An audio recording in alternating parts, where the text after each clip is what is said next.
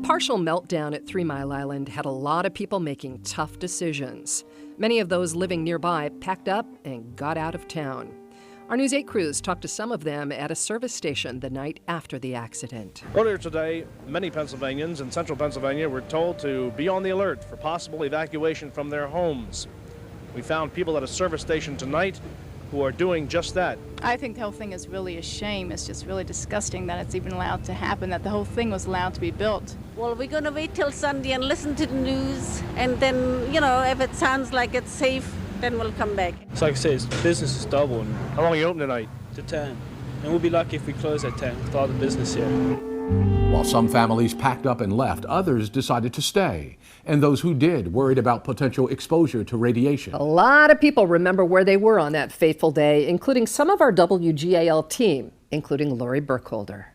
There I am. I was in 7th grade when the accident happened. I was in Mrs. Bigelow's homeroom. She was on a field trip that day, so I had a substitute. But looking back on it now, Mr. Calabrese, he was our principal. I realized what tough decisions he had to make. The biggest thing that happened in the morning, because we just took it in homeroom at 8:10.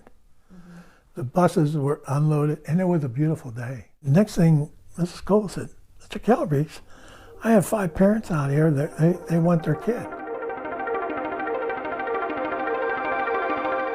What happened that day snowballed at schools throughout the area. People who worked at TMI were calling their friends and family, warning them to get their kids and get out of town. The decision was made by 10 o'clock that we were going to send the students home. What was the toughest part of that day for you? The most difficult part of the day was keeping people calm. I'll never forget my walk home from school that day. We were all told to report to our homerooms, and we were told to cover up all of our skin because they didn't know what was in the air.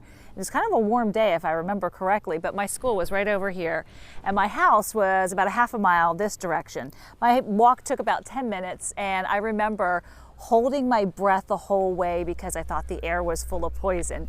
But I made it home in no time. And if you just look over this direction, that's where the TMI plant is.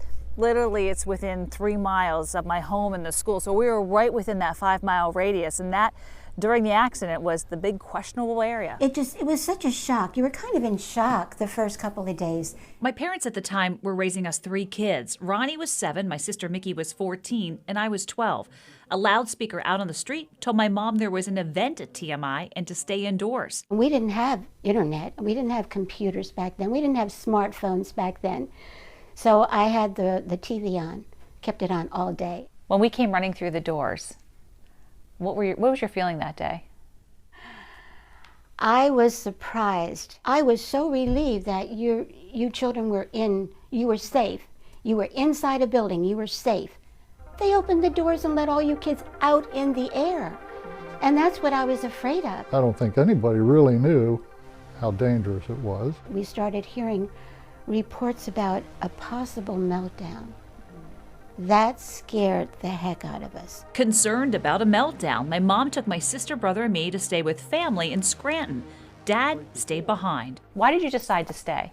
Well, I was concerned about the amount of work that I had. Another thing was there was reports of looting. When I left that home that day with your children, I had no idea if I'd be coming back to my home. We could have lost our entire town within 5-mile radius of the plant, they were telling us. Every night I called Dad for an update. Our family did come back home about a week after the accident. Schools finally reopened, but the people who worked here were worried that what happened at TMI would affect their livelihood, like my dad, who depended on people to build homes and live here. We had a sizable investment in the farm here. If that affects the economy, we're done. Middletown was always a small, quiet town. Not now.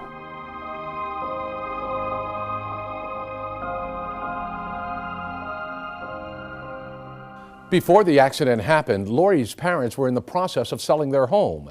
It sold the day after the incident to another family from Middletown. Her family didn't move far. They're now 7 miles from TMI. Fear about the possibility of an explosion at the plant or radiation leaking into the community brought national attention to the Susquehanna Valley, including a visit from then President Jimmy Carter. President Carter arrived in Middletown to assess the situation on April 1st, the Sunday after the meltdown. He toured the plant and reassured residents everything possible was being done to keep them safe. President Carter flew Marine One to Harrisburg International Airport. There he spent 45 minutes being briefed inside the Operations Center at the Pennsylvania Air National Guard. Then it was on to 3 Mile Island for a first-hand inspection. Hundreds of people lined the route from HIA to the plant. My primary concern in coming here this afternoon has been to learn as much as I possibly can as president about the problems at the 3 Mile Island nuclear power plant and to assure the people of this region that everything possible is being done and will be done to cope with these problems. Inside the control room, plant officials explained the situation to President Carter. They were only about 100 feet from the damaged reactor core as the effort continued to try to cool it. Within the next few days, important decisions will be made on how to bring the reactor down to a cold and stable state. The NRC says when President Carter was there, the radiation readings were nearly zero because of the thick concrete walls and closed ventilation system. The president and his party wore yellow plastic boots as a precaution to keep any possible radioactive dust from collecting on their shoes. I've learned that the radiation levels are being very carefully monitored. Careful preparations are being made. Every eventuality is being assessed. After his tour, the president and then Governor Richard Thornburgh held a news conference at Middletown Borough Hall. Their tone was serious but positive. And I would like to express my personal admiration and appreciation for the citizens of this area who, under the most difficult circumstances, have behaved in a calm and a responsible manner. It's too early yet to make judgments about the lessons to be learned from this nuclear incident. Even though the story garnered national attention, members of the local media struggled to get accurate information about what exactly was happening inside the plant. I guess that there are points where there are no guarantees. It was like the people who were supposed to know what was going on didn't have the slightest idea what was going on. And we found out just how little we knew at the time. Yeah, it was scary. Coming up next, hear from Susquehanna Valley journalists who were some of the first to respond to the scene about their experience covering the crisis.